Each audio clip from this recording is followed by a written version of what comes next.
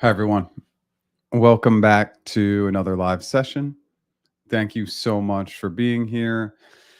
As always, I am here for us to have a little fun today and here for the community. So, as people are coming into the session, always love those warm and fuzzies. Let me know that you can both see me, hear me. It's always good for us content creators to know when we go live that there's no hiccups. I'm hardwired in, so we shouldn't have any Wi-Fi issues. I believe my mic looks good and everything. So again, always anybody as you're coming in, just let me know you can see and hear me. Always appreciate it. So as we warm into this session, today in our downtime, we're going to talk a little bit about. Thank you, Brad. You're my savior. Always letting me know the audio and video is good. Thank you so much. I really appreciate it. So as we come into this session in our downtime, we can talk a little bit about the summer hiring season and what that looks like and what that consists of, and just some maybe strategies that we might want to apply if we're actually in job search mode, we're actually not working and we're looking for a job, or we're thinking about a transition and moving companies. So, definitely something we can focus in on our downtime. Um, as we reflect back to yesterday's video, it's really funny. I'm going to share with this audience because everybody knows I share. Somebody disliked my video, and I hadn't had one of my original content videos disliked in a long time. And I think maybe that's because I'm not pushing the envelope enough. Like I want more people to dislike what I'm putting out there because it means I'm taking enough of a stance or an opinion. But if you haven't had a chance to watch yesterday's video, there is so much interview guidance and advice on how to answer common questions, from tell me about yourself to what are your strengths to why should we hire you. And I just strongly encourage that you follow that magic formula of a rule of three for those types of questions. Watch that video. Um, it's kind of really interesting. I started my YouTube journey because I saw a really bad video on how to answer tell me about yourself. It had 10 million views at the time. This was in October of 2018. And that's what kind of prompted me to start this journey, was to say, no, that's actually really bad advice and there's better advice out there. And actually, let me throw this out to the community. Um, I want to I want to kind of try and process an item with you, and of course, we're going to dive in as the audience gets warmed up. But I have thought about doing more shorts, and specifically shorts, TikToks, about looking at bad interview advice and countering it. I just want to make sure that that's sticking with my brand voice of positivity. But more and more, what I'm seeing out there from a guidance perspective in the job search world is we're hitting a really sad point of aggregation, meaning like some of the biggest creators are aggregators. What does that mean? Well, they're just taking all the content online, they're rolling it through ChatGPT, and they're providing advice that is based on just data, not personal experience. That's really challenging. Like one of the biggest people on TikTok in the career space, she's giving really bad advice because she's an aggregator. She's never been in HR, she's never been in recruiting, never been a part of that process at all. But millions of views. So would love your opinion on whether I should be kind of talking about people's advice and why it's not good, and countering it. Just something I was thinking through. Wow, we're already 4 minutes in. So yeah, Brad, I think that's a good way to put it. And we'll get into that in a second. So again, if you haven't had a chance to check out yesterday's video, wow, I went on a tangent there. But common questions are first impression. They're going to ask you those questions first. What do we know about people? When they like you right away, they're going to kind of defend you. They're going to want to root for you. And when they don't like you right away, they're going to find reasons why they're going to continue to not like you. This is a very common human behavior. So we want to put that pattern to our benefit and get them to like us right away. So definitely check out that video. Okay. let's start to dive in. Just remember, in all these sessions, it is a Q&A session. There's nothing that is not on the table. There's only been a handful of times I needed to shut anybody down during these lives, and it was just because the comments were just so far outside of our positive tribe here that I just had to shut them down. So you'll see there's a coupon code San Diego, 20% off of our AI tool and our interview mastery course if you use the coupon code San Diego today. We have officially eclipsed over 1,000 signups on the AI app. And if you're using it, great. If you haven't used it, try the free version. You can try it for free, app.practiceinterviews.com, and you'll get 3 questions for free. But the paid version allows you to enter your own job description, which really is the game changer. If you want to refer people, let people know I'm trying to get the brand out there a little bit. We have some huge improvements coming to the platform in June. We're going to change a bunch of the UI. We really want to nurture everybody as much as we can because we know interviewing is tough. Like, we just know that's the reality of the interviewing world. Is interviewing is hard. So we want to just make sure we're giving you all the tools to nurture you through the interview process through that AI tool. I'm still doing one-on-one interview and coaching, negotiation coaching, and one-on-one strategy sessions. That's resume and LinkedIn and networking strategies. The course is still getting great feedback after a couple of years. It's foundational. It's meant to build that foundation. And I just want to kind of throw out there for one last second. Like, I know a lot of people come to these lives. Like, I worked at Google. I do a lot of content on Google, but I am not just a Google guy. I really believe that my content is helpful from a more broader, generic perspective. And it's come from coaching a lot of people trying to get into Google, Amazon, Meta, Apple, but I coach for everything. All right. Let's dive in. And again, in our downtime, we'll talk a little bit about, is summer a good time to switch jobs or not? All right, let's dive in. Brad, as always, my savior with my audio and video, so I appreciate it. Thank you so much. Mark, good to have you here. Awesome. Mohamed, good to have you here as well. Awesome. Thank you, everybody. Daphne, good to have you. Okay, Brad, how about this is not good advice, do this instead? Yeah, and I think, again, so much of it is the pitch and tone. It's it's so interesting.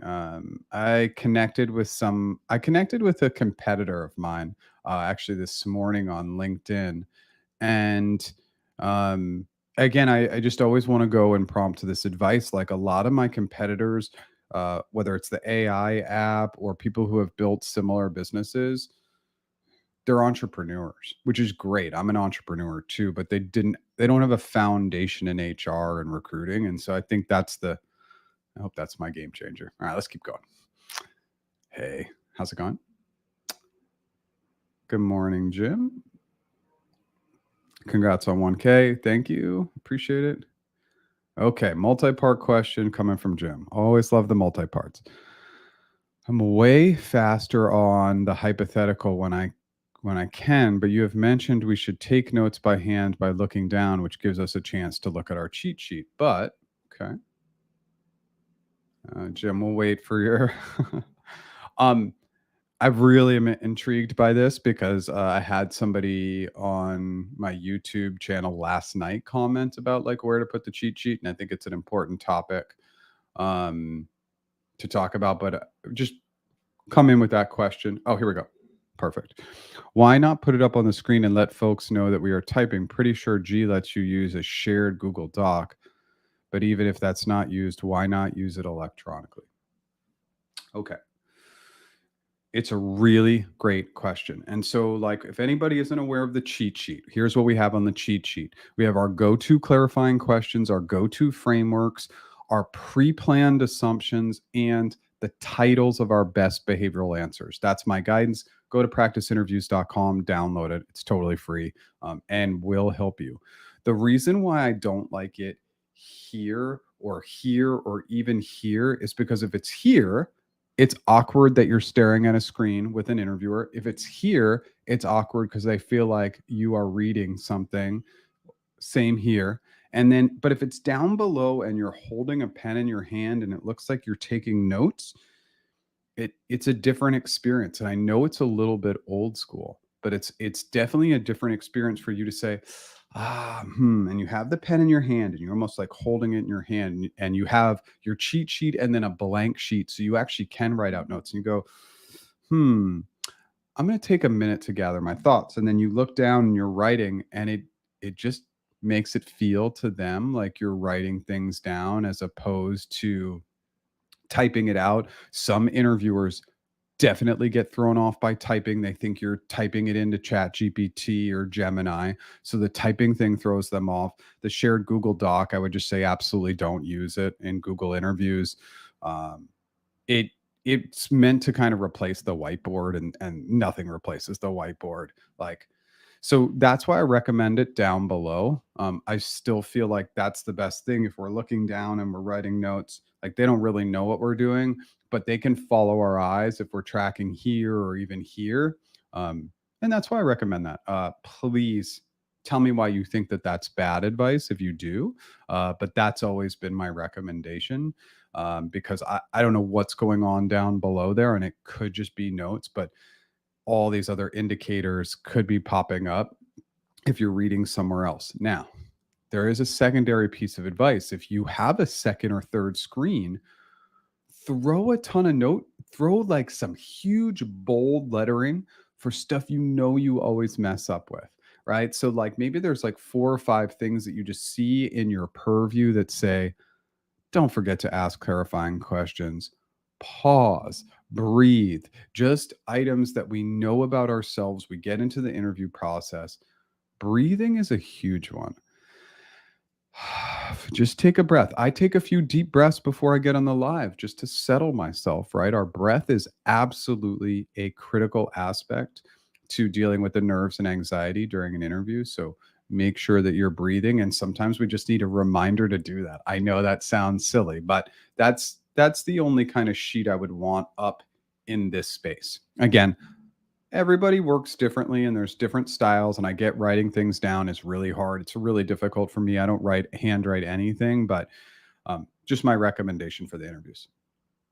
I hope that helps.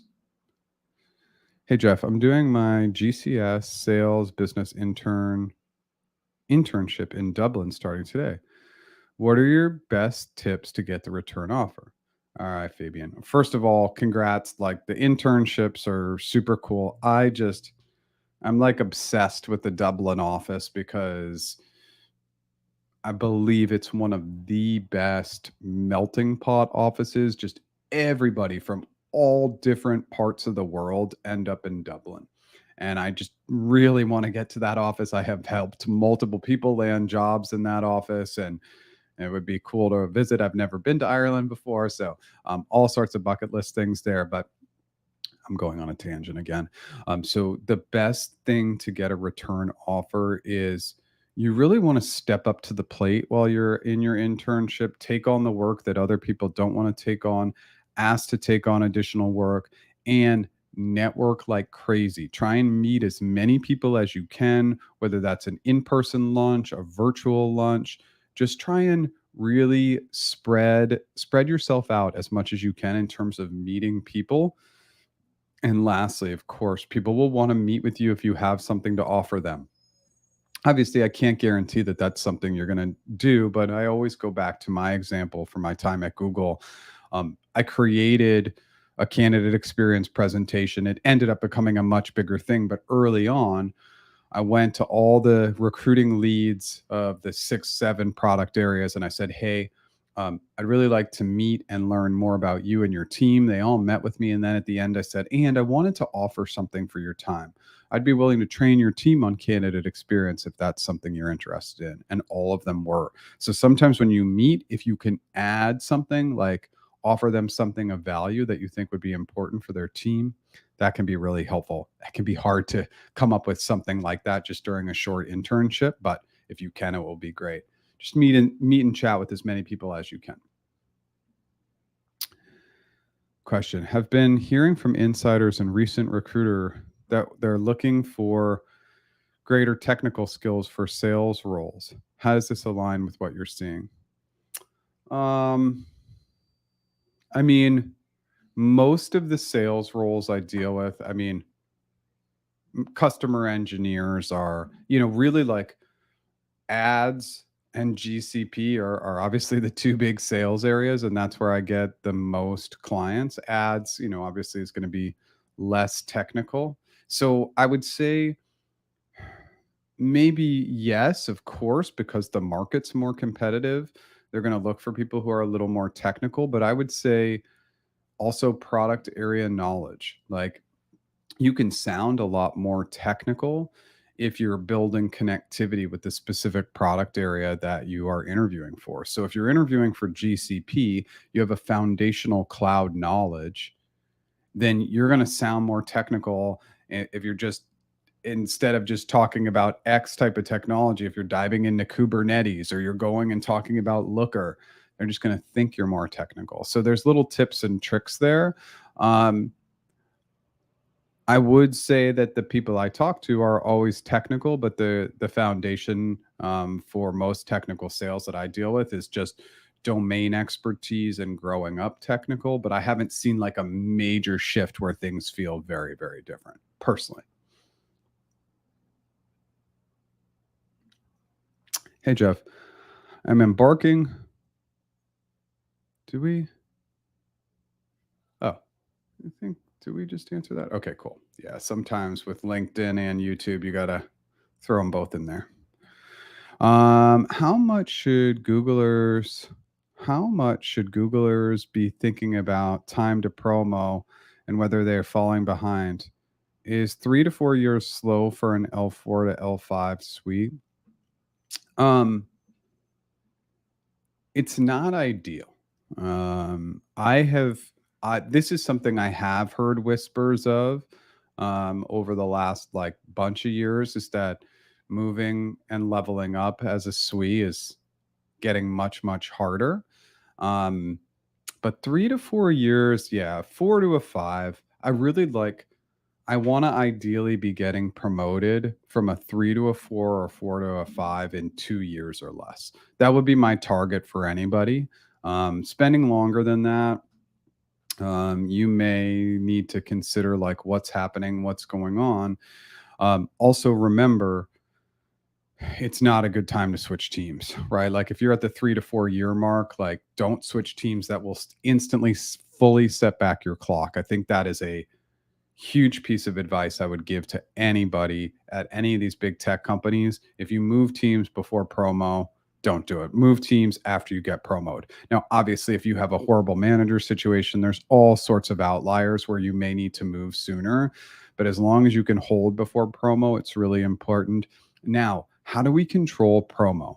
Like if you're at Google and you're trying to control promo, remember promo is done by a committee, right? So it's not just your manager's decision, but you need to be having really serious, candid conversations with them. And so let's say your manager's name is Sue. You'd say, Sue, look, we're in June. I know that the promo conversations are going to be starting as soon as September. I'd really like to be considered for promotion. Is there anything that I can do? Can we create a plan over the next 3 months to make sure that I achieve the 2 or 3 goals you think I need to achieve to get that promotion? And if they're like, look, if Sue says, look, you're not going to get promoted this year, then I want to set the plan starting now to guarantee that I'm promoted at the end of next year. What are the steps I need to take? I want to start working on that plan with you. Sometimes and again, this is just more generic feedback, but sometimes we think that these promos are going to happen because we're doing great work and we're getting pretty good performance reviews. But what they really look for at Google in terms of promotion is that you're performing at the next level for at least 2 quarters. And so if that's not happening, you need to have that heart to heart. That's what I would say. And that would be my guidance and advice to anybody. Like, make sure you're working with your lead and manager. Even if you don't have a great relationship, it's something that you just need to address for yourself. I hope that helps. Closing in on 2 years, and it's unlikely to happen in the next year. Well, again, remember, I always want us to do our best to think positively and believe that we can get that promo. I know that this sounds maybe a little fluffy, but um, there's going to be things that hold you back if we don't believe we can get it. So we got to believe we can get it and then put the steps in place to get it. But yeah, I mean, if it's not going to happen this year again, I just want you to be putting that plan together to make sure it happens next year. Okay, Jim, I didn't even think about ChatGPT. Interviewers could go there. I think it's great advice. I'm just looking to move faster if possible in crafting my answers. Yeah, and so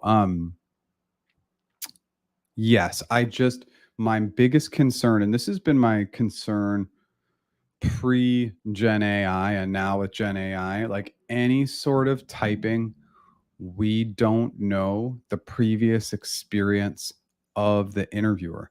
They might have actually caught somebody using it, or like they might have had to call somebody out. They might have had bad experience with somebody using Gen AI or using notes or typing in. It's distracting to your interviewer. And that's the other thing. Yeah, there's no noise, there's no typing, there's no anything. You're just going to your cheat sheet. So, how do you move faster? Practice. Yeah, I know that that's just like the worst for me to just say practice more. But the more questions you practice, the more comfortable and thematic, like especially in the hypothetical side, right? You're going to always say, okay, for the types of roles I'm going after, we always need to consider both technical and business stakeholders, or I always need to understand if the timeline is a quarter, 6 months, or a year. And so the more you see those consistent clarifying questions and frameworks, concepts going into your answers, that's going to speed up your process. Your pre-planned assumptions, there's a mix of the pre-planned assumptions and then using past experience. One of the biggest challenges on the hypothetical side is people forget about what they've done in the past and they try and craft the whole answer from scratch. Chances are we've been through it before. So think about and start with, have I done this before? And then you can go and dive into your cheat sheet and then say, okay, do these pre-planned assumptions work with what I've done before to create a scenario that's based on the role and company that I'm interviewing for? I hope that makes sense. But yeah, practice will speed up that downtime. But it takes quite a bit of practice, obviously.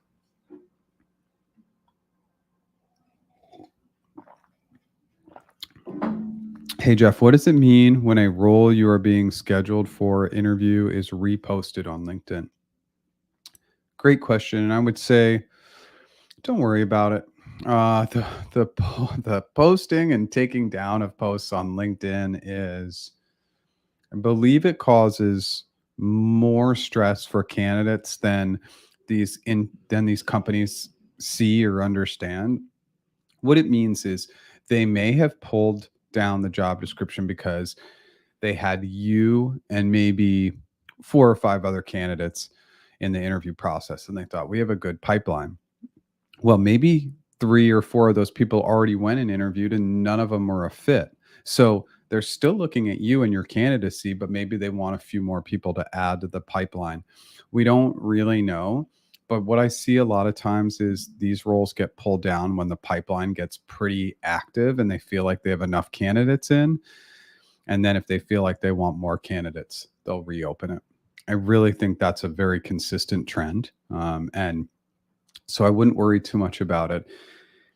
And this becomes a control item too. There's only one thing you can control. That's absolutely crushing the interviews. Everything else, it's on the exterior, and I would just make sure you're practicing as much as you possibly can. I hope that helps.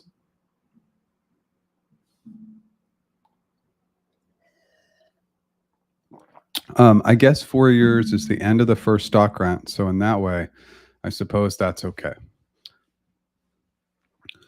Um, I mean, I guess I disagree in the sense that um, I just think going from a 4 to a 5 shouldn't take 4 years. And if it's taking 4 years, something's broken in the process. That's not a huge level up. Your bonus target isn't changing.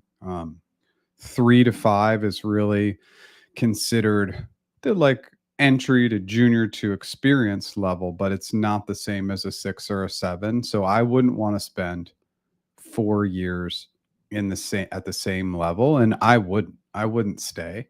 Now we know that software engineer jobs are going to change dramatically in the next 2 to 3 years.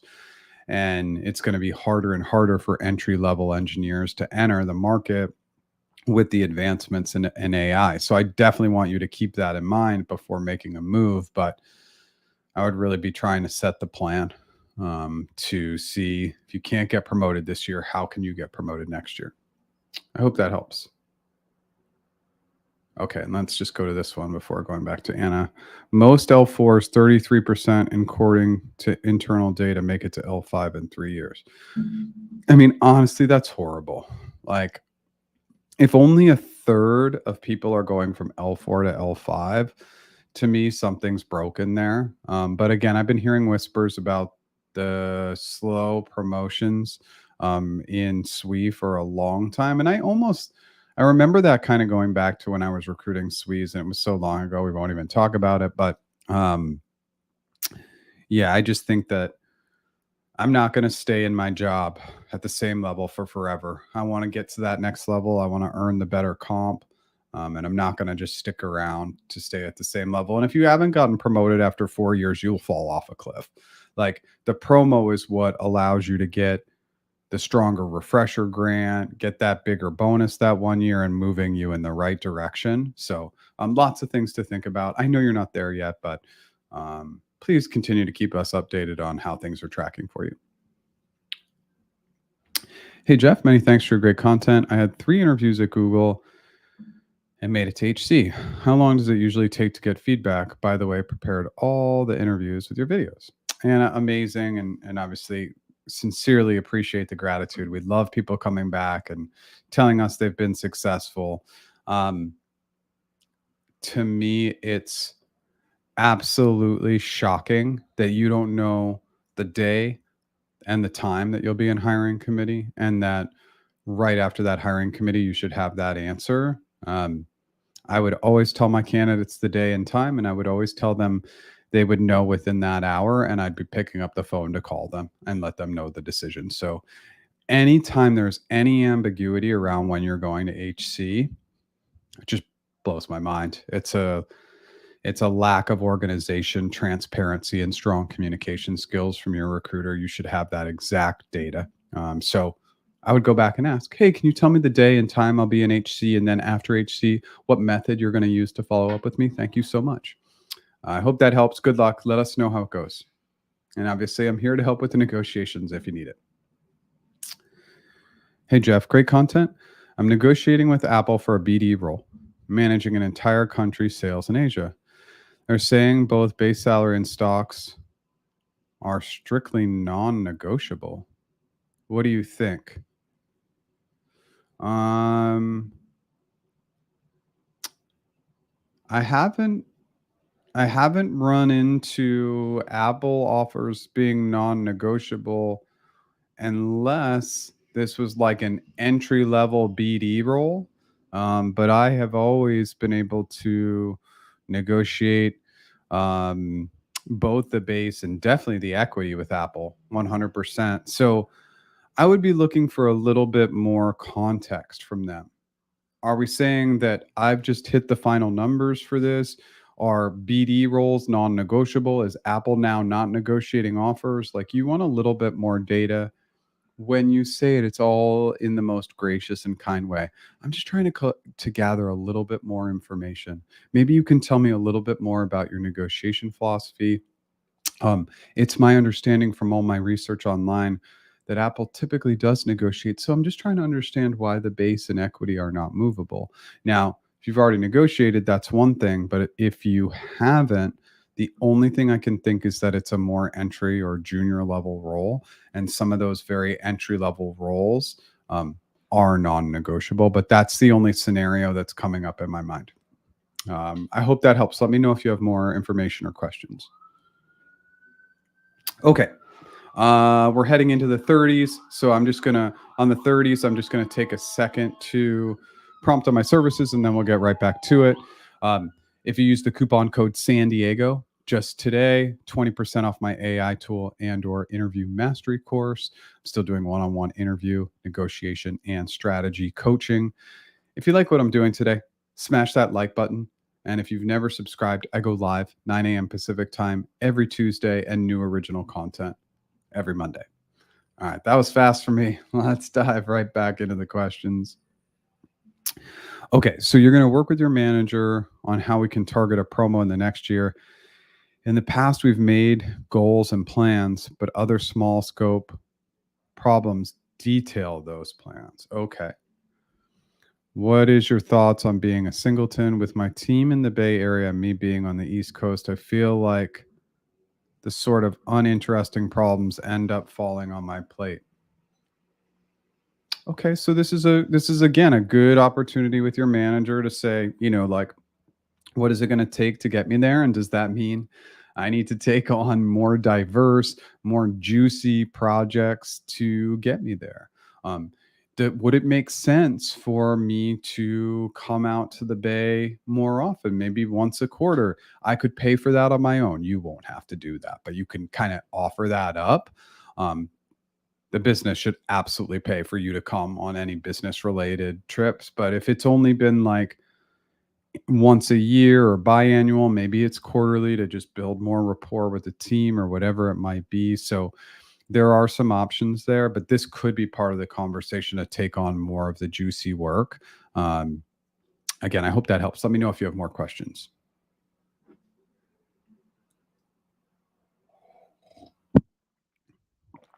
Slow is smooth, smooth is fast. Okay. So remember, one of the most important items and tricks I can teach anybody when communicating is speed. Speed will often kill you.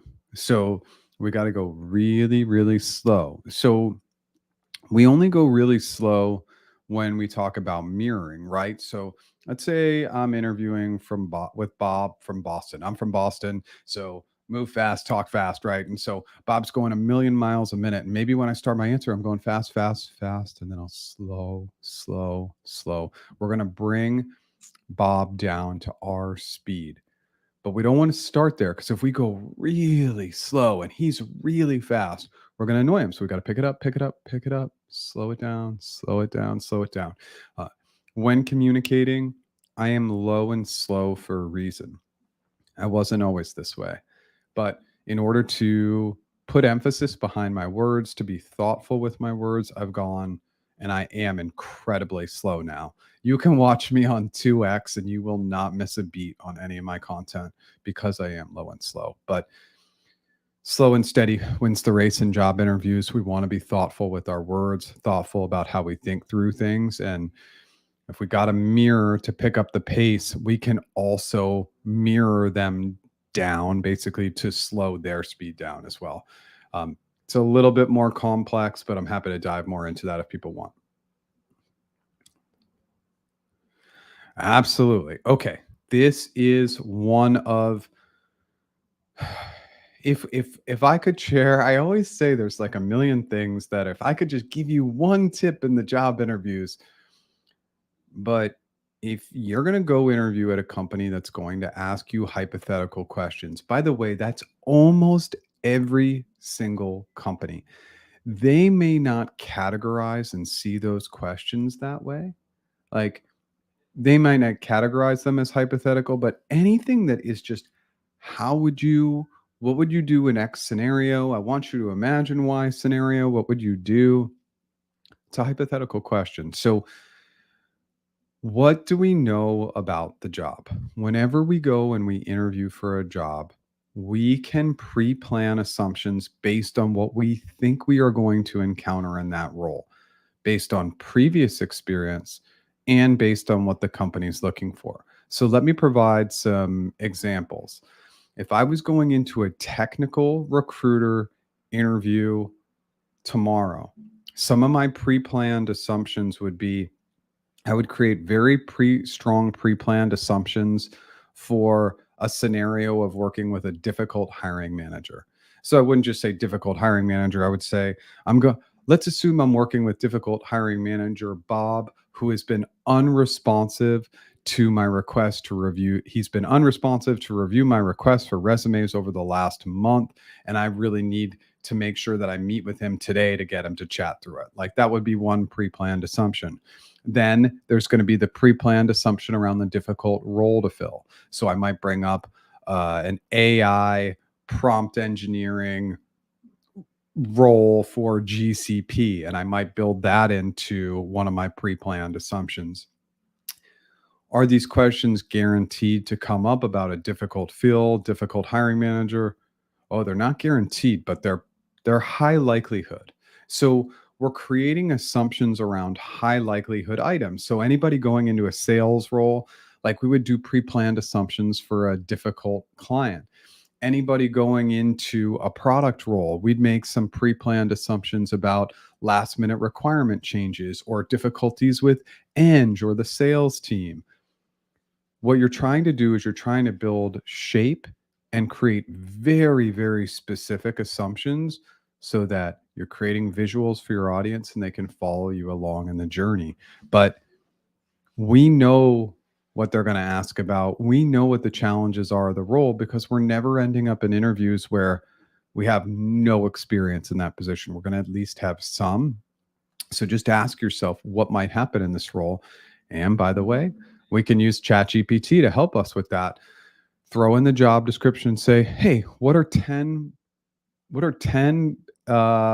items that I might face, challenges I might face in this role? And then you might pull those 10 up, and then you might start to craft more specific pre-planned assumptions around those scenarios. It sounds crazy. It sounds crazy when I say it out loud. But if we have to come up with all the assumptions in the moment, on the spot, in the interview, it's going to be much harder. So I pre-plan assumptions beforehand. Then, Jim, as I'm going down in my cheat sheet and I'm thinking about it, I'm like, oh yeah, I can use that example with Bob, the difficult hiring manager. And maybe it's a little bit skewed based on the question. So I'm like, all right, I'm going to take Bob. I'm going to take the non-responsive for a month, but I'm going to throw in this other thing based on the question. So it just gives you some shape around your assumptions, and it will just make the interview process so much easier. It's because it's like we've pre-planned to solve for these types of scenarios with massive specificity. I know that's a lot. I hope it helps. In my brain, it makes sense, but I know articulating it can be a little bit more challenging.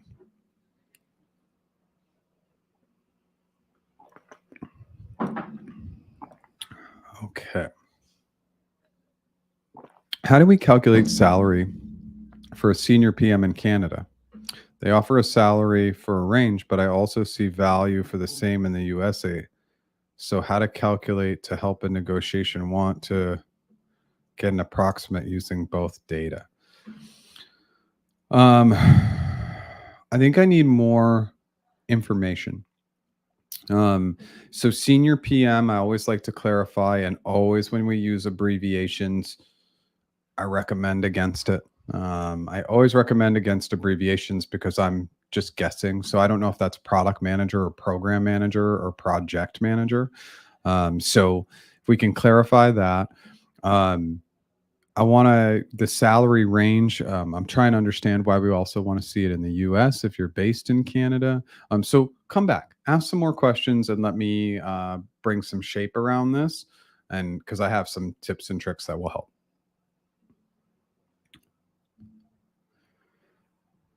My game/dev team was acquired by a new company 2 years, and I rejected an offer then when the company would not negotiate. I recently accepted an offer to return, but again, they would not negotiate. Okay. What should I prepare for a promotion knowing review cadence is yearly in the spring? So we spent a lot of time talking about this with one other person. And so like what we want to do with a promotion is got to build the plan for a promo. Getting to the promo time and then not getting promoted should never be a surprise. You rejoin this organization and you basically say, I'm back. Now I want to instantly, like, you warm into it a little bit and then you say, what's going to get me on that promotion track? What are the one, two, three, five things I need to do that we can agree upon that if I complete all those things successfully, I'm going to get promoted. So promotion is all about a plan. If we don't plan for the promo, we won't get the promo, in my opinion. Now we can blow it out of the water, of course, and we'll get promos that way, but I'd rather get aligned with my manager or lead on promotion and increase the likelihood. Otherwise, we're just introducing way too much ambiguity. I hope that helps. 55% get promoted from an L4 to L5 SWE at Google after 3 years. It's a little better. Yeah. And a little bit more in line with what I would expect. So again, I just want you to be pushing and taking all those steps we recommended. Do you think layoff in USA are because big tech companies are hiring people in other countries just to pay half for the same work? I mean, in MX, Amazon, Google, and Microsoft are hiring tons of people. Oh, in Mexico, maybe Amazon, Google, and Microsoft are hiring tons of people. I think that there's a few things going on. One is, yes, these companies are always going to look to see how they can cut costs, and sometimes hiring talent in markets where the cost of labor is lower is absolutely a strategy that they're going to use, have used in the past, and will continue to use. I think the other reality that we need to talk about with all these big technical companies is they are going to do it with less and less and less employees moving forward. Automation is going to take away jobs. And so I don't believe that any of these companies will actually truly grow in staff over the years. I think the staff numbers will come down. And I think that's just a bigger trend we're going to see towards smaller economy in terms of many more businesses being solopreneurs, entrepreneurs, small teams, less than 10, because so much of the work can be automated now. So I think that it's both them trying to cut costs and AI that will be the combination of what we see moving forward. And I don't think that trend's going to stop. And these companies are like, it's getting worse. Their market caps are getting bigger, and they're filling their pockets with lots of money. And we need to just constantly remind ourselves that many of the companies that we're seeking to work for are in the for-profit business, and that makes us replaceable. And this is not to take a negative lens. It's to say we got to own it. This is one of the major reasons why we have to negotiate like absolute crazy people when we get to the negotiation phase. And it's why we simply cannot be loyal to companies the way that people were back in the 70s or 80s. Once layoffs became a thing and people followed that pattern of layoffs, now no employees are protected. So you got to do your best to get the job, make as much money as you can, and always be looking on the outside for something else. We got to protect ourselves because these companies won't. And that's just, again, not a negative lens. It's just to make sure that everybody's setting themselves up for success. Hey, Jeff, I did all 3 rounds with Google. They decided to add a second RRK because they couldn't decide between me and 2 candidates. They ended up offering it to the other person, but I got glowing feedback. Okay. Do you think I could use the outcome of this interview to pursue other opportunities with Google? Absolutely, you can. So, what are you going to do? First things first, you just want to build a strong relationship with your recruiter. Recruiters like working with candidates that have very strong feedback. So, we'll ask our recruiter, Jane, hey, Jane, what's the best cadence for me to check in with you? Is it cool if I check in once a week, bi-weekly, monthly? I just want to keep a pulse on what's going on and see if new opportunities are popping. You can absolutely ask Jane to support you getting in front of other roles. If we take that second step, I've gone through this a million times for many of the people here, but if you find a role you like, don't send Jane, your recruiter, more than one. Send her one. Send her the job link of the role, 3 to 5 bullets for why you're a fit, an updated resume that matches specifically in a summary perspective, your email and phone number in the email. Yep, because they could forward it on and then they won't have to do anything, and your availability. And I recommend anybody and everybody who's in job search mode, you should have a Calendly account or some sort of calendar account where you can pass on your availability and say, you can book anywhere on my calendar to book an interview, book a call, whatever, because that's going to remove all the back and forth. We want to make it as easy as possible for our point of contact to help us. I know that's a lot. Let me know if that helps. Hey, Roxy, thanks for being here. On the team should be paid. Everybody on the team should be paid roughly equally. I'm pushing for more RSUs, but they didn't want to meet my anchor. My current total comp is higher than Apple is offering me. Okay. So yes, they don't want to break the bank, because this is a little bit confusing, but it's internal equity, meaning they want everybody to be in the same kind of equitable position for their like role, level, and location. It doesn't mean that you shouldn't try and come back. Hey, they're not meeting your anchor. Okay. Like, you could say, if we can just get to X, I'll sign the offer. And that could be something reasonable just to see if they'll push up a little bit more. The biggest thing to remember with total comp, your current total comp versus Apple, is the only question I would ask is the current brand that you're working for as strong as Apple? Because Apple will, they will open so many doors for you. Just putting Apple on your LinkedIn profile, absolute game changer and career changer. And I will also say that Apple is one of the most competitive paying companies in the world, especially over time. So when you spend a long time there, you are going to earn a lot. And so I always kind of, I definitely don't want to make less when I move jobs, but I also want to really highlight the value of a brand, especially an elite brand, is worth more than taking a 10 or 20K or whatever it might be pay hit. Now, if it's an obscene pay hit, that's a different story, but the value of that brand is priceless. So it's just something to keep in mind. Okay. I hope that helps.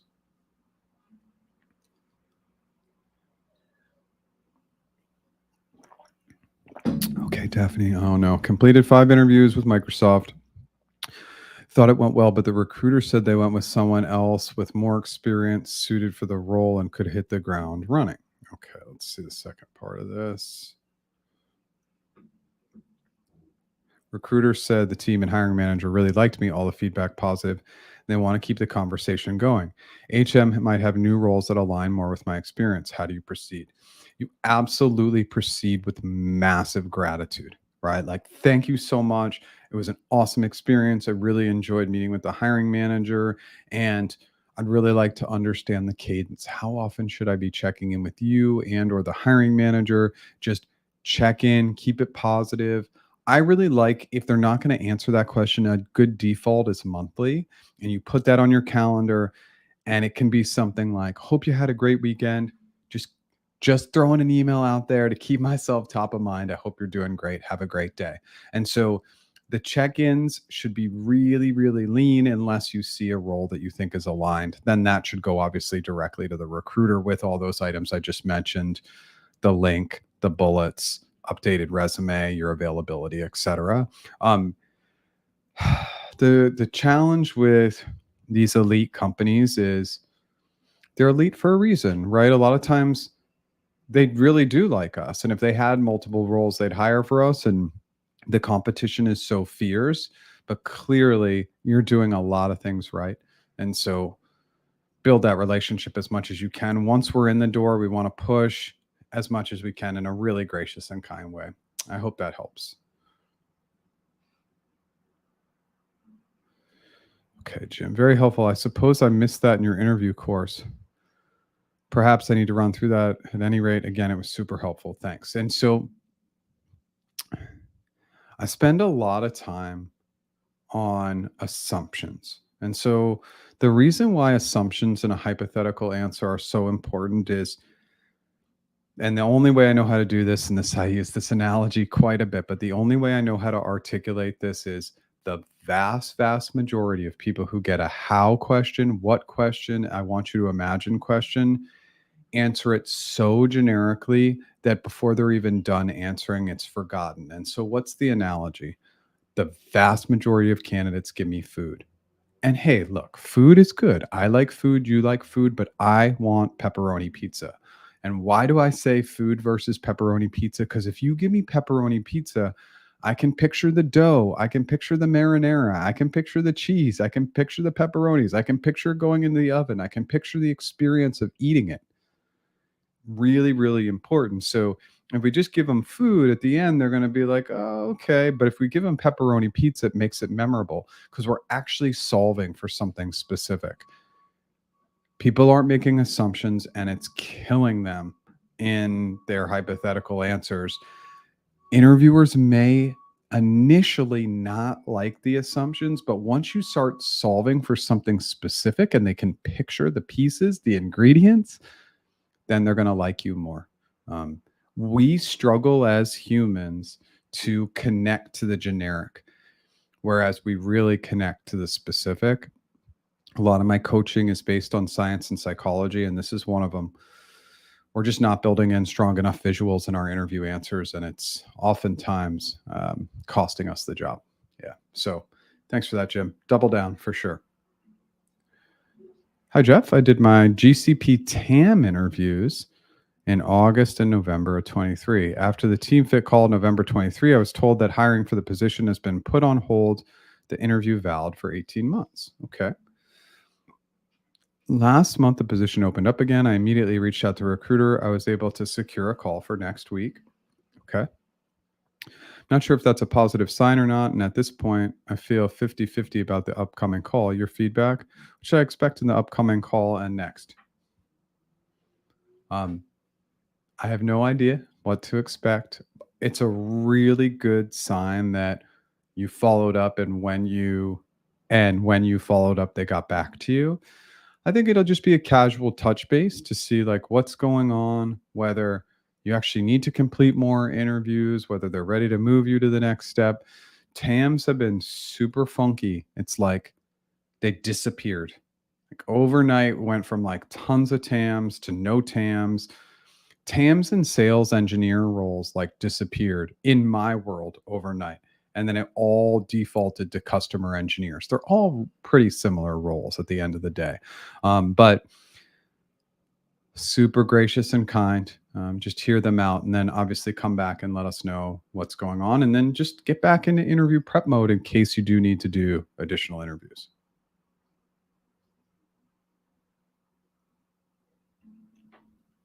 Okay. Would you recommend spacing interview dates between weeks or pushing them close? I recommend closer. It's forced preparation. It's really hard to get in and practice your interview skills every day when you don't have the pressure of an interview the next day. So I would say, yeah, I would try and get them close together. Maybe you build a little space in between them, but as close together as possible. Good question. The role is a senior product manager. Okay. They pay 450K USD and they say they will pay 200 and they pay 450K USD and they say they will pay 240 CAD when asked for a range. 240 max, which seems odd, which is less than half. This is a global remote role. Both are for total comp. The US range is for Seattle and the Canada is with anywhere within the country. Okay. Yeah, JC, this is weird. First things first, senior product manager roles are extremely hot. And 450K USD for a senior product manager role is not uncommon at all. It's maybe the hottest role in the world right now, besides anything that's like really niched down into AI. And so, I would be trying to understand why the discrepancy is so big because, yeah, at 240 CAD, that's less than half. I really haven't seen that. I haven't seen I haven't seen Canada paying less than half on any role.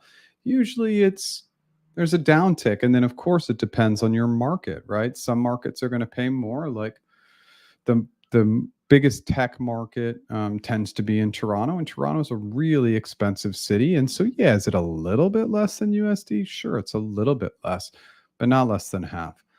You really got to go back and ask some questions and just say, I'm trying to understand why the variance is so big, and I'm just trying to understand. Like, I would love a little bit more guidance, but um, I don't know that I would do it for that big of a discrepancy, especially because, again, senior product managers are more hot, or not are more hot, are hot, and have been for years now.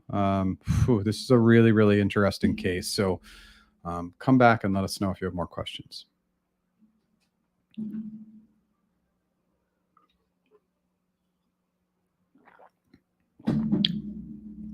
Hey, Jeff, had my final round today. GNL, that's the Googliness and Leadership round at Google. Sent a follow up email to the recruiter 5 hours after the interview. When should I expect to hear back? Recruiter requested my expectations. I closed it down and said, I'd like to wait for HC review. What should I say? I go in seeing as there isn't much info as the role is pretty new. Um, when to hear back? No clue. Okay. If you haven't heard back in 5 business days, follow back up with your recruiter. Okay. I know that seems like a long time, but they don't really control when the interviewer actually submits feedback. Absolutely. We're not providing any numbers until the level has been, we're HC approved and the level has been confirmed. Then and only then will we provide numbers. Now, the best thing to do is, if you have any doubt on what the role pays, go to levels.fyi and see what, basically I always go and, like, the one default role will always have on levels.fyi as a software engineer. Go see what a software engineer gets paid and kind of understand, well, what does my position get paid in correlation to a software engineer? Is it 80%, 90%, 70%? If it's non-tech, it's probably 70%, right? If it's a little more technical, it's 80%. If it's really like heavy tech, it might be 90 to 100%. If it's product, it might be 105%. But I always use that tip and trick to look at what software engineers are making and kind of understand. And you can look around quite a bit, and there's quite a bit of data for you to pull from. But you're doing the right moves. Do not provide any information until level is approved and your HC approved. It puts you in a position of power.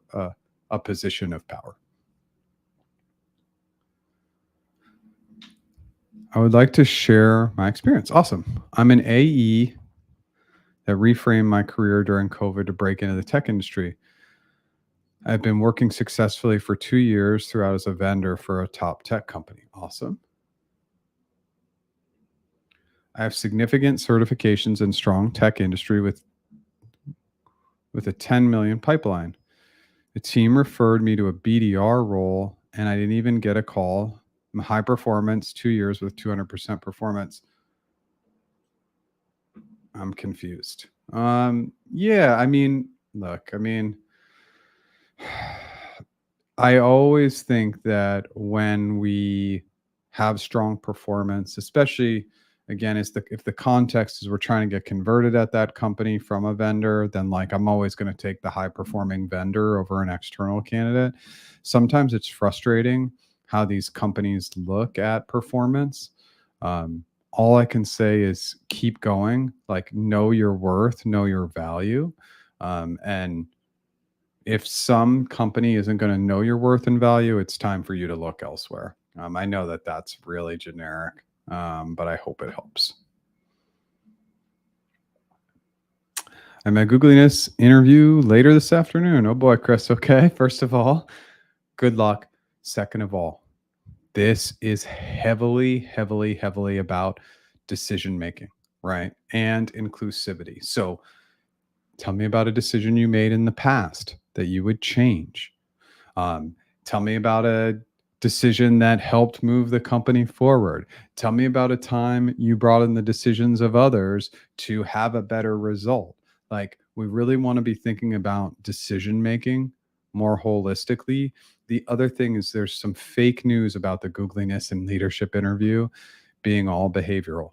We don't know. But I can tell you that the pick and choose list is about 50% behavioral and 50% hypothetical. So be ready for both sides of the coin. If it is a hypothetical question, even though it's the more generic Googliness and leadership interview, make your assumptions role specific still. It will just make answering hypothetical questions so much easier. If we try to solve them generically, it's going to be tougher. So let me give you an example. There's one question that's popped up over the years about, like, I want you to imagine you work in a company with a negative culture. How would you change things? And it's like, well, people try and solve for the whole company. No, solve for your individual team first, and then roll up those best practices into the greater company, because smaller decisions can be rolled up into bigger decisions, but trying to solve for everything can be really challenging. Good luck. Come back next week. Let us know how it goes. Great feedback. All thanks to you, Jeff. Spent 3 weeks between first and last interviews prepping with your videos, lives, and great suggestions. Helped me be a lot more confident, enthusiastic, and better prepared. Amazing. And I think you're in a good place with Microsoft. Just keep in contact. They already like you. Like, when we've built these relationships and they like us, we got to push. We just got to push in a really gracious and kind way. And please keep us posted, okay? In the hiring process for a DC tech, completed all the interviews. My recruiter said my interview scores were good. Now waiting for the approval process. What are my chances of being hired? Also got good feedback from the hiring managers during the team call. Oh boy, I'm going to give the same feedback that everybody hates. I have absolutely no idea the percentage chances of being hired. I appreciate you being here, Gary, and all I can say is think positively, but without full access to all the interview notes and all the candidates in the pipeline, I'd just be guessing. Sounds like you're in a good place with positive feedback. Now it's your opportunity, when you do get the job, to make sure that you negotiate really, really well. But yeah, anything that if I were to put anything out there, it's all just guesswork. And so this is the toughest part of the process, is when we get to the end and we want to control it and we lose all control, right? It's really, really hard, but wish you the best of luck. Please come back and let us know what happens. My final question, and there is no need to have final questions. I love when people come in to these lives and just throw a ton of questions at me. It's great. It keeps the engagement high. So you can always ask a ton of questions. I appreciate it.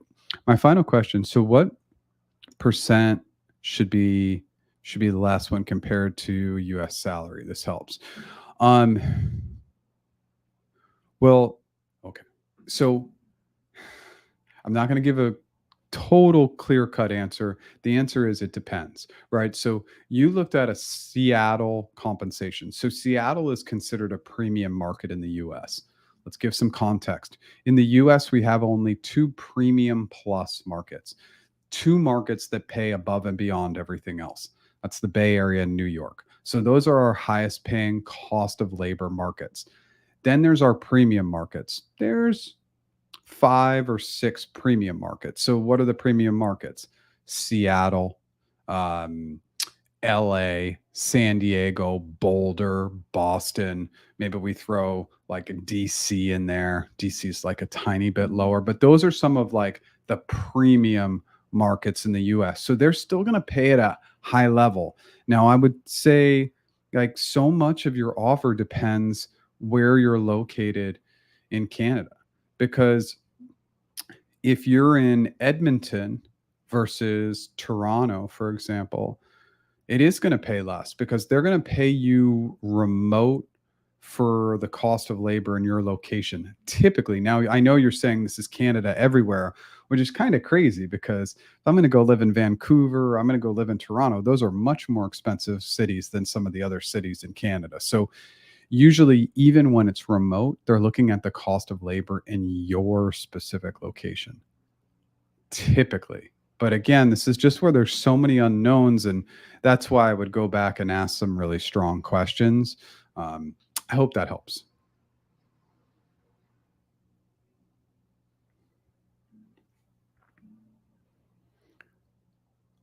Could you share some tips for successful onboarding as an L5 SWE at Google? All I can tell you is that whenever you start at any company in any role, so much of what's going to happen in your time at that company is what you do in the first 3 months. It's all about building an extremely positive brand, getting people to love you, taking on work that other people don't want to take on, really extending yourself maybe to uncomfortable places to meet people on other teams. You just want to be the most positive, most friendly, most liked, hardest working, willing to take on anything person. And that's what successful onboarding looks like.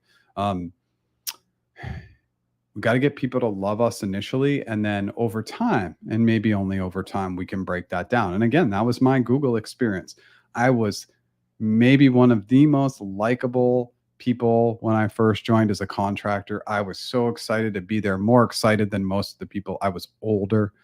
I had way more gratitude and appreciation for being there. I was a contractor, so I worked nonstop.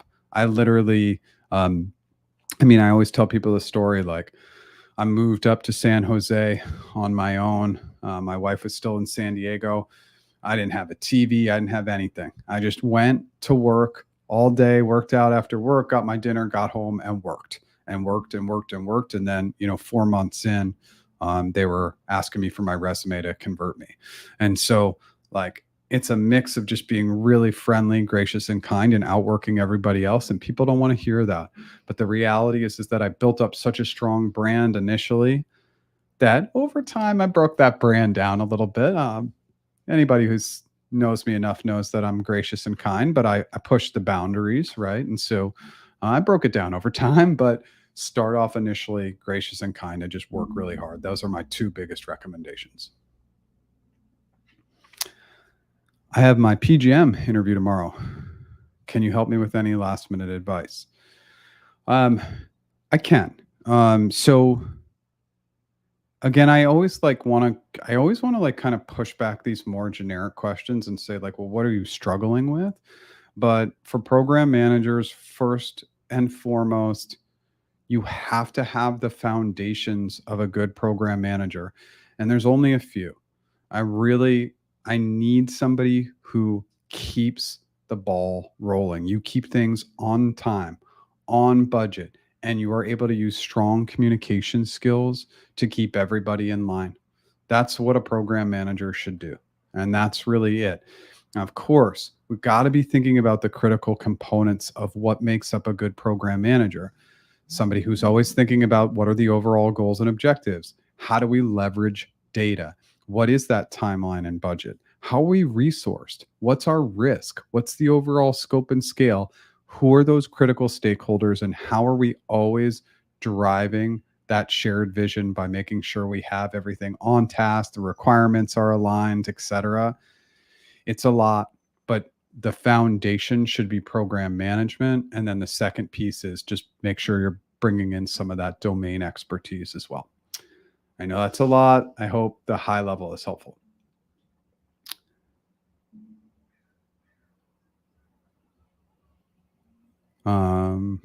I would need to relocate from Maryland to Ohio. What's typically in a relocation package? Okay, Gary, I'm just going back to your. So is this for what company is this? Is this for Google? If it's a typical relo, it's going to be with a relo coordinator, where it'll be a point system, and that could include moving calls, temporary housing, a bunch of other items. But the relo coordinator would really set you up for success. They're a third party. Again, if this is Google, if it's another company, let me know.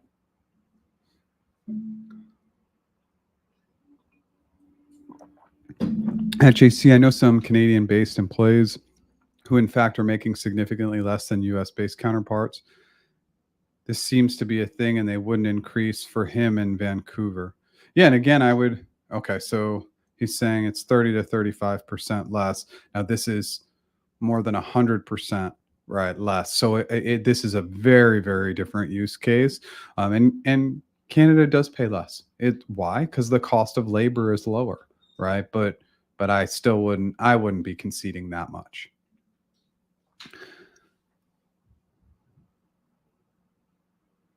Uh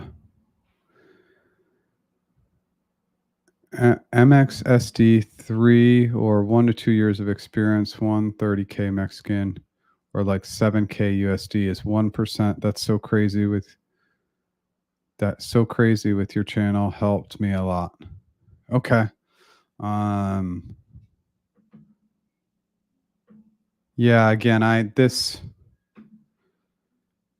would seem I know I've worked with people in all parts of the world, and I just want to make sure we're getting paid the equivalent for the market. We shouldn't get paid such a smaller percentage in another country. It's still got to match cost of labor. Okay. Toronto or Vancouver, the two most expensive cities in all of Canada. Okay, great. I'm pretty sure those are the two most expensive. I can't think of one that's more, and I know Montreal isn't, or wouldn't think it is. So, yeah, I would not take less than half in one of the two most expensive cities in Canada, where you need to make more money and the cost of labor is higher. Nice to see all this activity. It feels like the market's warming up a little bit. A little bit.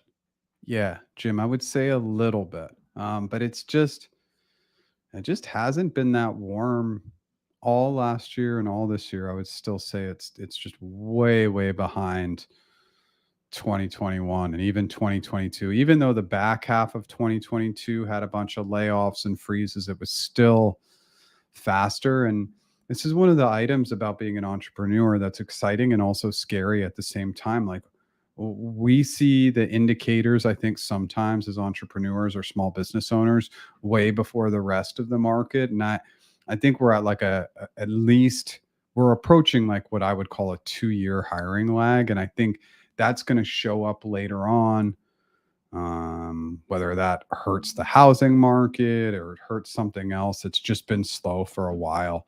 And so it's slow and extremely competitive. So it's just been such an interesting time. Basically, since July of 2022, the market has really, really shifted. Should I use a give first LinkedIn approach with the hiring manager, even though I've interviewed with them twice and they are keeping me in mind for future roles? Great question.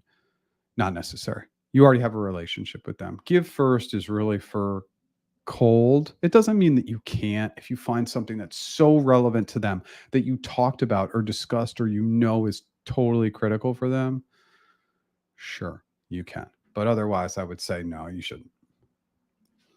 All right, cool, Gary. For Google. Now remember, Maryland to Ohio, like that depends so much on you, your family, your circumstances. If you're willing to make that move, I would, again, that's all these decisions are up to you, but absolutely with the relo package. And the big thing I recommend with the relo is take the relo.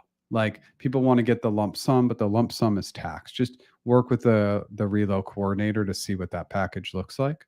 Let me know if you have additional questions. I've seen people recommend applying for jobs that you. Okay, sorry. Let's try this one. I've seen people recommend applying for jobs that you don't particularly want to get used to interviewing. The context is programming jobs. How do you feel about that? Is it unethical? I'm trying to think. I've seen people recommend applying for jobs that you don't particularly want to get to. Oh, people applying to jobs that they don't want to get used to interviewing. The context is programming jobs. How do you feel about that? Is it unethical? No, It's not unethical. I would say, I think sometimes it's a little bit more of a waste of time than we think. We think we want to get into these real official interviews to practice our interview skills so that we can get better at interviewing for other companies. There's one major challenge with that, and it's a mindset challenge. And so what do I mean by that? The mindset challenge is if you go into a job and you know you're not going to accept it, you're just not going to take it as seriously. You're not going to perform at the same level. And therefore, what we believe is a practice interview or a practice session isn't providing as much value because we don't have as much stake in the game. And that's why I just don't really like it, because I don't think it's as beneficial as people think it is. Just my 2 cents. Hey, Jeff, you're through your first round RK interview. Said there'll be 2 more rounds. Next is with the hiring manager, followed by coffee with leaders. Any suggestions? GCP vendor management role. Through the first round, RK interviewer said there'll be 2 more rounds. Yeah, a vendor, GCP vendor manager. It's going to be an RRK. It should be GCA and GNL. There will be 2 rounds. Next is with the hiring manager. Find out the focus area. Hiring managers can take on any interview, but it's going to be the GCA or GNL. So it's just good for you to know. And then coffee with leaders. That is all about listening and asking great questions. What do you love about the company? What do you love about the role? What do you love about the team? What's the coolest thing you're working on right now? GCP vendor management role. Just think about all the challenges that vendors run into in these types of roles, and that's going to set you up for success as well. I know that's pretty high level and pretty broad, but it sounds like you're off to a good start. But definitely be asking your recruiter for just a little bit more information on what specific interviews are going to be. They're going to be, sorry, I'm losing my mind for a second. What specific interview type the hiring manager will be handling or covering for you. Wow, that felt like that was crazy how fast everything went today. So I'm just going to take a moment. We're going to pause. I'm happy to answer any additional questions as they come in. And then pretty soon I'm going to get into my wrap up. Thanks for all the advice. One more question. I've seen mixed reviews about negotiating via email or on the phone. What are your thoughts? I have a thought. Negotiating via email is 100% the worst way to negotiate. I can shut anything down via writing. Anything. I have no emotion, no attachment to the numbers that you provide over email. Whereas it's much harder to say no to you over the phone. Always negotiate over the phone. Always a verbal. You always verbally communicate and negotiate. And again, going back to the very beginning of this video, if you're still hanging out with me, that's amazing. But that was one of the pieces of advice where I actually did do a TikTok where the guidance was to send a negotiation via email. It's like, that's terrible advice. That is not a negotiation expert, not anybody who's ever been in the negotiation space, because you lose all your power when you negotiate via email. Thanks, Jim, for being here. And I also emailed you yesterday. Hit me up if you haven't already. Thanks. If a person does practice interviews at a company they don't want to work at, they have to treat it and tell themselves they're going to take it all the way. Have to treat it like it's real. 100%. But the challenge is that who are we trying to convince that we're going to take it if we're not going to take it? I would just say if you're going to interview, go into interviews where you're going to be open-minded, where you may actually take it. Be open to being surprised. But if we're completely shutting it down, we will not show up in the same way. That's just a guarantee. The role I'm interviewing for is a customer growth associate. Any interview tips? Will your account strategist video suffice for prep? How many stages of the interview should I expect? Account strategist is going to be very, very similar to a customer growth associate. So yes, that video will help. Obviously, if you want to use my AI tool, that's going to help you as well. You should expect just 3 interviews for this: RRK, GCA, and a GNL. Typically, they do not do anything outside of those 3 interviews for these roles unless they were redoing an interview, typically, from what I've seen. Thank you so much for being here. Awesome, Gary. Wish you the best of luck. I'm preparing my interview Meta M1 Research Scientist Manager. I live in France. Not an English native speaker, not fluent. It's hard to answer. Behavioral PPL manage. On top of that, I have ADHD, so I speak fast. One of the reasons why it's so challenging to interview in a second language is because interviewing is so challenging to do it in our first language. So when we have to add in the additional layer of actually processing the information in a secondary language, it's just really, really difficult. So all I can recommend is practice as much as you can and slow down as much as you can.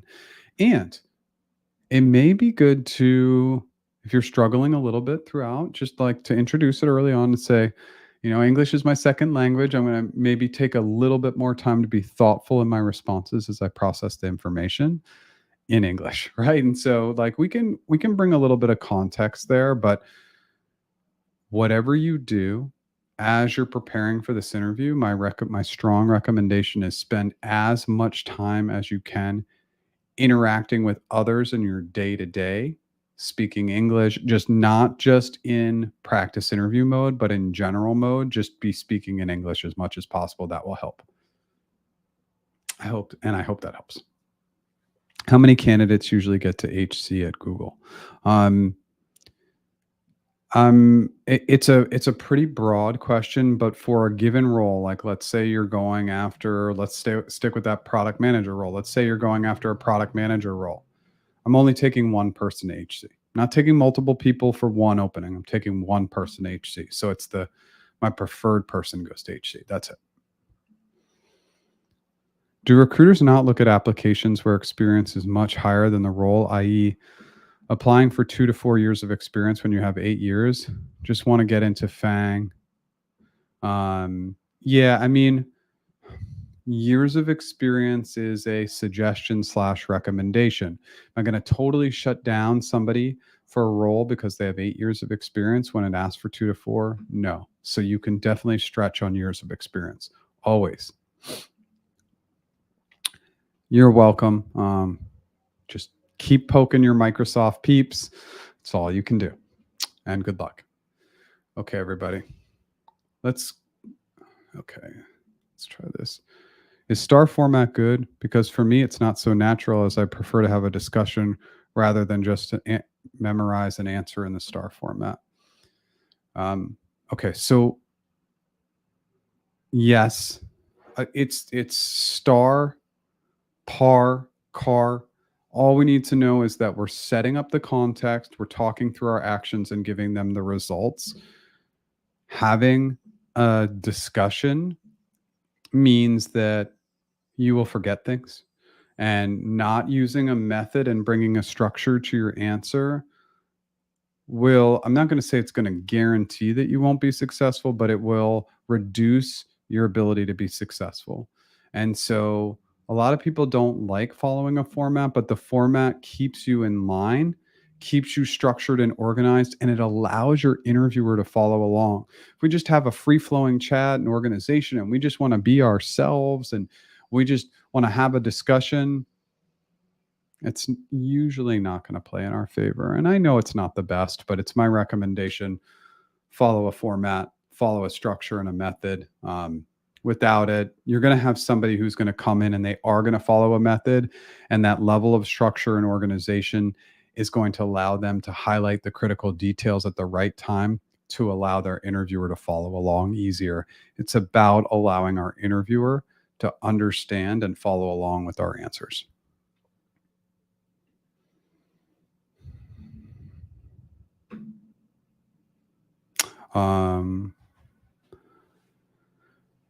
What's been your experience hiring for TAM roles?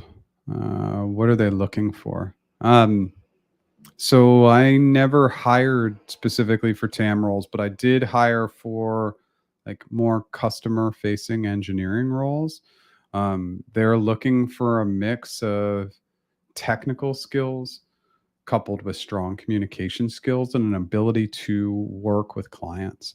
And so, really, client facing, obviously, having a foundation in cloud technologies, and then just overall, really, really strong communication skills.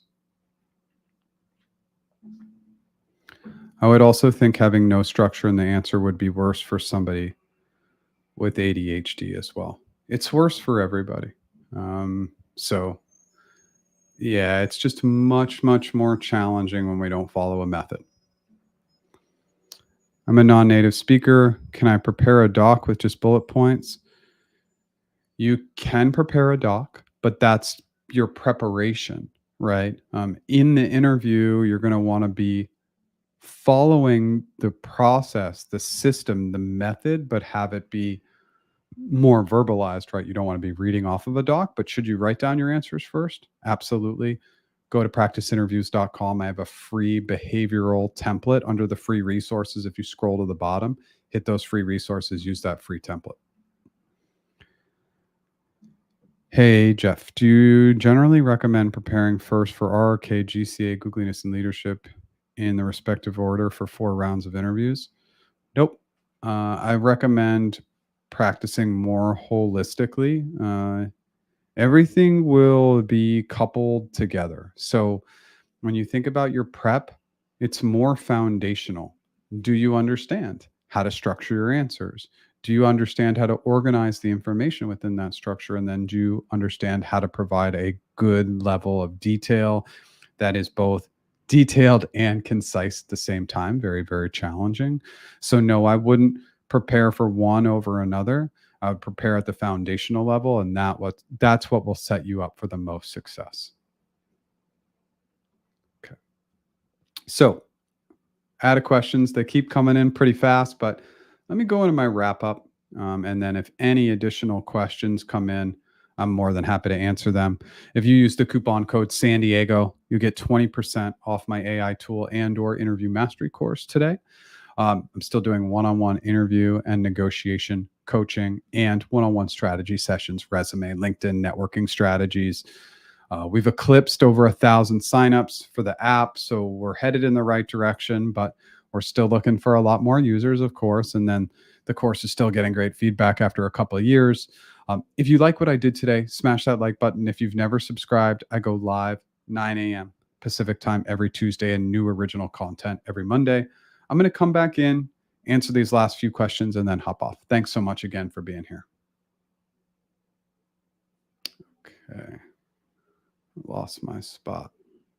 Okay, here we go.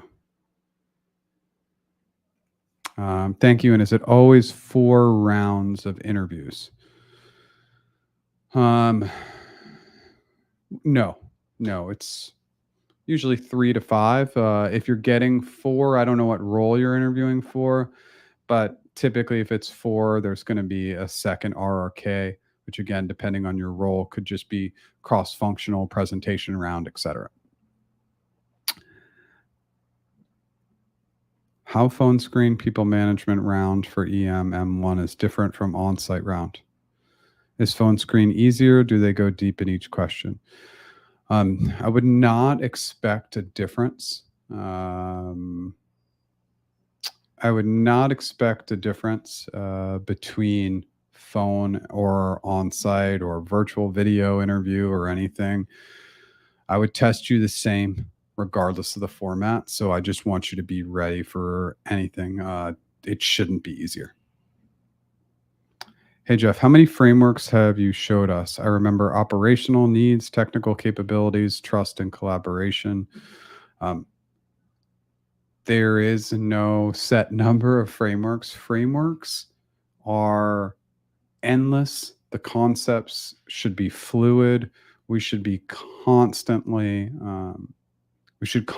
be evolving and changing our frameworks, and they should really be based on our strengths. So for me, my default items might be data, communication, risk assessment, some of these items that are really personal to me, items that I think I'm really good at.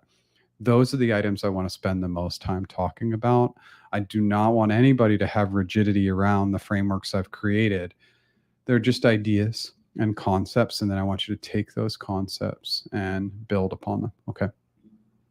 I hope that helps. Where's the Boston discount code? Maybe that'll come up in the near future. I'm surprised that I had never used San Diego, so maybe Boston's one that I'll use in the future. Thank you to say that. English is my second language, and it's incredibly difficult. Yes. I always think I always tell people this. I know a little bit of Spanish, but it is one of my bucket list items to be fluent in Spanish, and it's about dedicating the time, which I have not done, to really spending the time learning the language, because I think it's a really amazing thing to be able to speak one language or two languages or three or however many people can speak. And so English is obviously a really tough one. And so all you can do is keep at it. And you're taking the right steps by being here, listening to how I communicate, and keep going. Yeah, absolutely. Good luck. Hey, Jeff, good to see you. Following you for a couple of years now in your live content. Cheers to the good work. Amazing. Thanks so much. Interviewing for a business role, digital marketing. I have read all the hypothetical questions from the question bank on your website. Anything else I should keep in mind? So I actually removed the question banks from my current website because they were limited. And I would say any place now offering a question bank is totally irrelevant now, right? Because we have generative AI. So I would be rolling that job description through GPT, Gemini, Claude, Llama, whatever your preferred Gen AI tool is, just asking it continually to come up with practice hypothetical and behavioral questions for you. We don't need question banks anymore, which is, it's amazing that you went through all that, but now it's time to use those Gen AI tools because they'll never run out of questions for you. And that's how our AI system works. On the back end, we run it through GPT. Claude is our backup, and we just make sure that it continues to generate new questions, and it will never run out of questions. Awesome live today, Jeff. Very active. Yes, it was. Questions started coming in very rapidly in the second half of this. So really, really good and active session. And thank you for being here. Hey, Jeff, I'm interviewing for a program manager role with Google Workspace from the team in India. And the recruiter did up front suggest there'll be 4 rounds. Yep. RRK general, RRK cross-functional, GNL, GCA. So yours is that cross-functional interview. That's the second RRK interview. Thanks as always, Jeff. Thank you so much for being here. Let's take a deep breath. Let's pause. If any last second questions come in, I'm happy to answer them. This is the longest live we've had in a minute. So I appreciate everybody being here. Really good flow. It was like rapid fire at the end. Questions were just firing from every place. So I appreciate everybody being here. And I think now's a good time to hop off. So you're welcome. Thank you so much, everybody. I will be back next week. Oh, one last question coming in. Should I ask the interviewer for clarification? Like for a question, tell me about the last feedback you have received. Should I give positive or constructive advice from my manager, team member, cross-functional? If they don't ask you for the type of feedback, you'll default to positive always, right? But you can always ask, what type of feedback? Would you like me to give feedback that was really positive based on a strong performance? I can absolutely also provide some feedback that gave me an opportunity to grow my skill set, right? So you keep that positive tone, even if it was constructive. So you can always ask a follow-up question. We don't know what the interviewer's thinking, so sometimes we got to ask. Great question.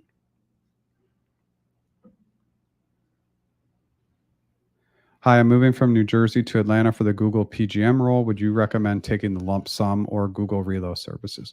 Google Relo services, that lump sum will be taxed. The relo services are just services, right? So I'll always take the relo services over the lump sum. I think that's, yes, again, yeah, you're going to be taxed on it. It's just whatever that lump sum is, you don't want to give up 40% of that. And remember, the relo, like the whole cool thing about the relo team is they're there to help you. They're there to support you. They want to figure out the plan that's best for you. So definitely work with them. That's my strong, strong recommendation. That's what I tell all my negotiation clients. That's what I tell everybody. You're welcome. You are welcome. Okay. I'm going to hop off. Thank you, everybody, so much for being here. I will be back next week at 9 a.m. Pacific time. Thank you.